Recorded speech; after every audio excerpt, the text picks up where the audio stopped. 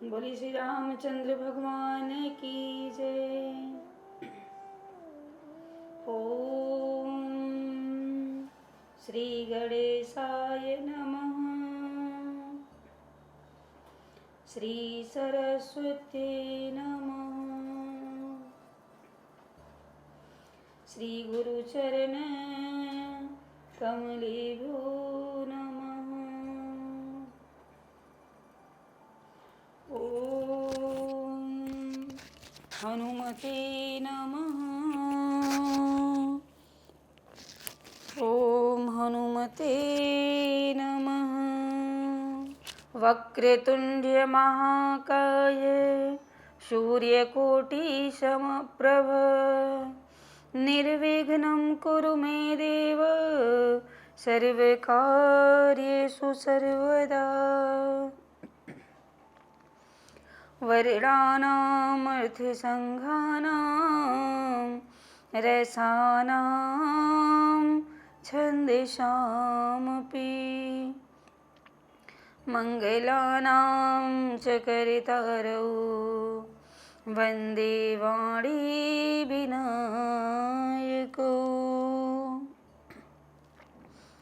भक्ति भक्त भगवंत गुरु चतुर्नाम वपुएक। इनके पद वंदन किए नासे विघ्न अनेक। राम राम रटते रहो जब तक घट में प्राण। कभी तो दीन दयाल के भनक पड़ेगी कान।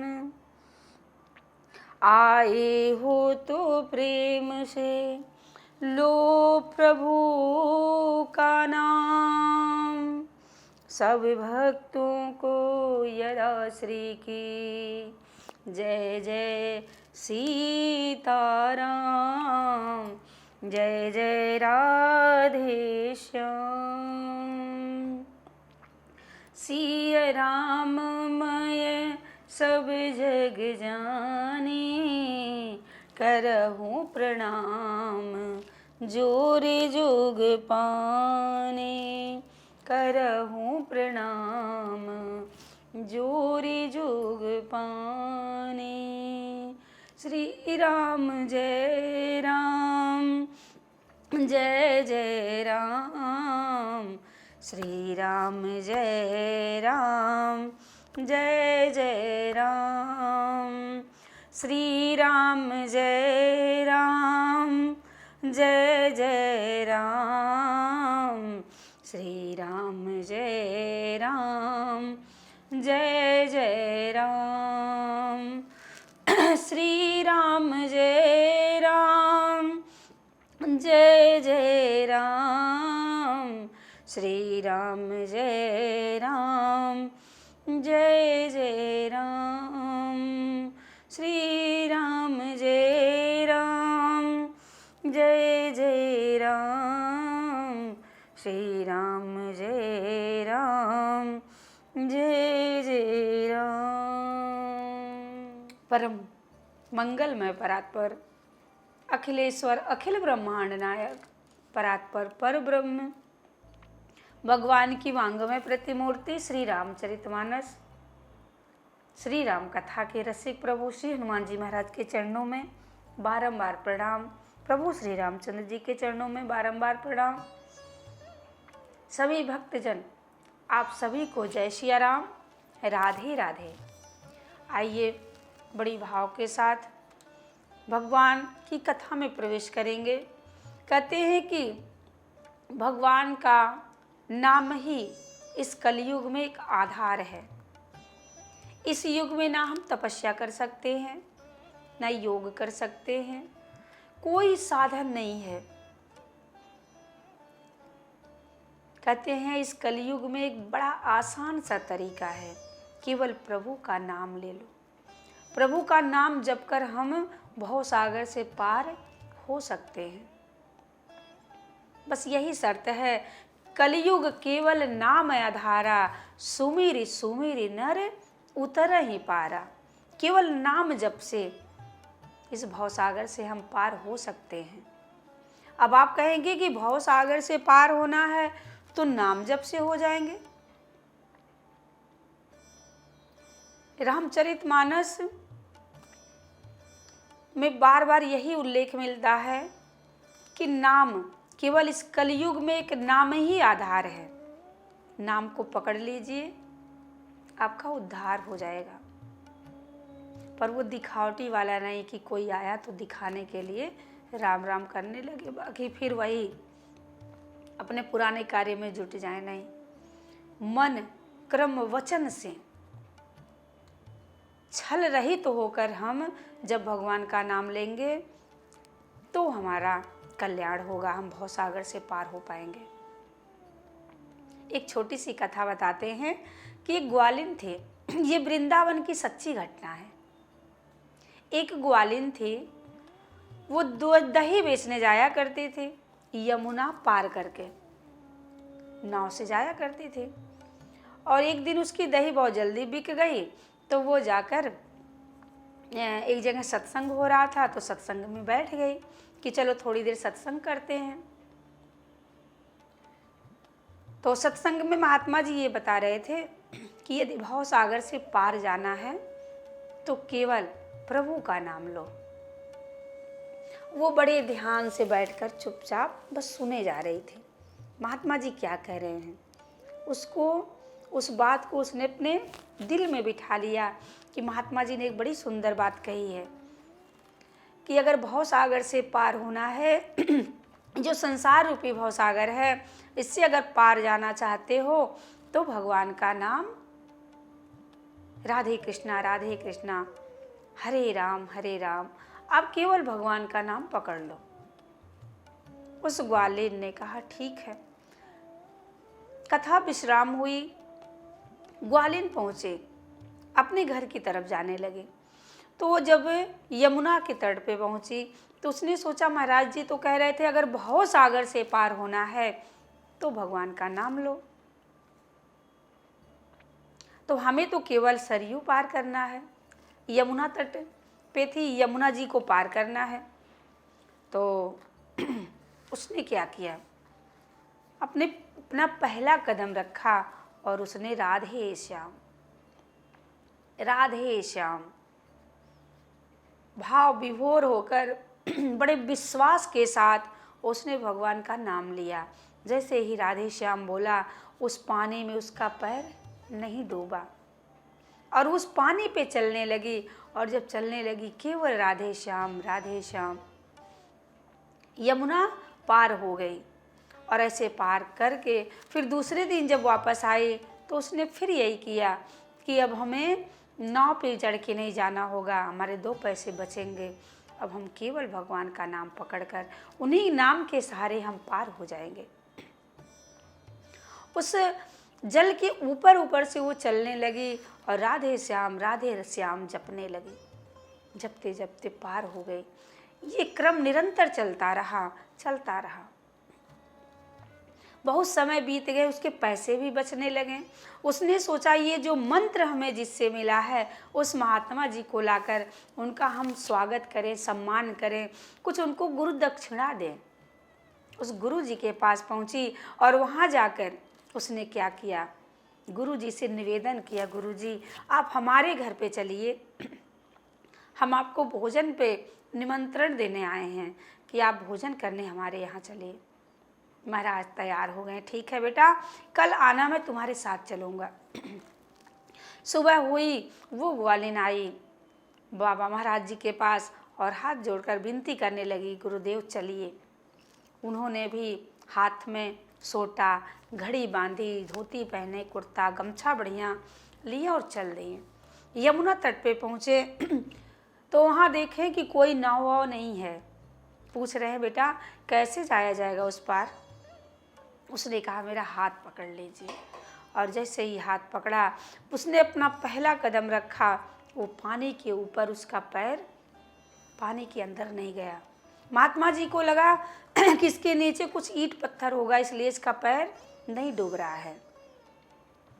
उस ग्वालिन ने कहा राधे श्याम, दूसरा कदम रखा, राधे श्याम, वो भी नहीं डूबा। और जैसे ही महात्मा जी ने पहला कदम रखा, वो डब्बे नीचे चले गए, डूबने लगे। ग्वालिन ने हाथ पकड़ा और बोल रही है, गुरु जी बोलो राधे श्याम, गुरु जी बोलो राधे श्याम। गुरु जी को क्या पता, गुरु जी ना बोले। गुरु जी ने कहा, मुझे छोड़ दो, लगता है ये कोई चुड़ैल या जादूगरनी है जो ये डूब नहीं रही है और मैं डूबते हुए जा रहा हूँ। उसने कहा, मुझे छोड़ दो, नहीं तो मैं तुझे बहुत बहुत दंड दूंगा। लगे उनको डराने, पर वो अगर मंत्र जपना बंद करे तो खुद डूब जाए। वो बोलती रही निरंतर, गुरु जी बोलो राधे श्याम, गुरु जी बोलो राधे श्याम। गुरु जी ने फिर से कहा, देखो अगर तुमने मुझे नहीं छोड़ा तो मेरा बेटा आएगा, मैं उससे दंड दिलवाऊंगा, तुम मुझे छोड़ दो, मेरी जान बख्श दो। पर वो बोलती रही, गुरुजी बोलो राधे श्याम, पर गुरुजी कुछ ना बोलें। अब गुरुजी को लगा कि अब डूबेंगे, डूबने से मर जाएंगे, या ये जादूगरनी है, ये कोई चुड़ैल है, ये हमें डुबो के मार देगी। अब कोई बचाने वाला उन्हें कोई दिखाई नहीं दिया। इस संसार में अब कोई है ही नहीं जो उन्हें बचाए। उसने कहा, उबारो राधावर घन श्याम, उबारो राधावर घन श्याम, गुरु जी बोलो राधे श्याम, गुरु जी बोलो राधे श्याम। जैसे ही पुकारा, उबारो राधावर घन श्याम, दोनों पार हो गए। गुरुजी जैसे उस पार हुए, अब तो वो उनको लगा कि किसी तरह प्राण बचें। अब ये घर पे ले जाके क्या करेगी, अब हमारे प्राण लग रहे हैं, बचेंगे नहीं। परंतु वो घर पर लेकर गई, उन्हें एक नया गमछा, नई धोती, नई कुर्ता निकाल कर दिया, टॉवल दी पोंछने के लिए शरीर, और वो फिर से पहना वहना के। फिर मन में विचार आ रहा है गुरुजी के कि अब ये खिला पिला के लगता है मारेगी। गुरुजी के लिए व्यंजन ला कर दे और बढ़िया उन्हें पवाई, भोग लगाए, और फिर से उन्हें गुरु दक्षिणा दे। जैसे गुरु दक्षिणा दी, अब उसने गुरुजी ने कहा, बेटा एक बात बताओ, तुम उस यमुना जी में नहीं डूब रही थी, मैं डूब रहा था, क्या कारण है? उस ग्वालिन ने कहा, जिसने दिया विनीत मंत्र यह पावन प्रभु का नाम, उन गुरु के चरणों में मेरा कोटि कोटि प्रणाम। जैसे उसने प्रणाम किया, गुरुजी ने कहा, बेटा क्या बोल रही हो? हाँ गुरुजी, ये मंत्र तो आपने ही दिया था कि अगर भगवान का नाम लोगी तो भवसागर से पार हो जाओगे। तो मैंने सोचा भवसागर से अगर इस नाम के बल पे पार हो सकते हैं तो यमुना में क्यों नहीं पार हो सकते? ये छोटी सी यमुना जी हैं। मैं इसी के सहारे पार हो गई। गुरुजी की आंखों में अश्रु आ गए और उनकी चरणों में, उस ग्वालिन की चरणों में लेटकर दंडवत प्रणाम किया। आज कहते हैं, मैया आपने मुझे एक नाम दे दिया, मुझे एक नाम दे दिया। कहते मैंने पूरा जीवन सबसे यही कहा, केवल प्रभु का नाम लो। अगर भवसागर से पार होना है तो राधे वर घनश्याम प्रभु का नाम जपो। परंतु मैं स्वयं इस नाम का जप नहीं किया, मैंने इस नाम पे विश्वास ही नहीं किया। तो मूल बात है कि हमें विश्वास होना चाहिए। जिस दिन विश्वास हो गया तो ये नाम भवसागर से पार कर ही देता है। इसीलिए कहते हैं केवल नाम, राम ही केवल नाम पियारा, जान ले क्यों जानन हारा। इसलिए भगवान का नाम में बड़ी शक्ति है। भगवान का नाम लेकर हम भवसागर से पार हो सकते हैं। और कहते हैं पूरी श्री राम कथा में राम जी ने 3 मुनियों से 3 बात पूछी है। कौन कौन सी बात, आइए जानते हैं। पूरी श्री राम कथा में प्रभु श्री राम ने सबसे पहले भरद्वाज जी से पूछते हैं कि हम किस रास्ते पे जाएं, किस रास्ते पर जाएं। और दूसरे आगे जब बढ़े हैं तो दूसरे ऋषि हैं कौन?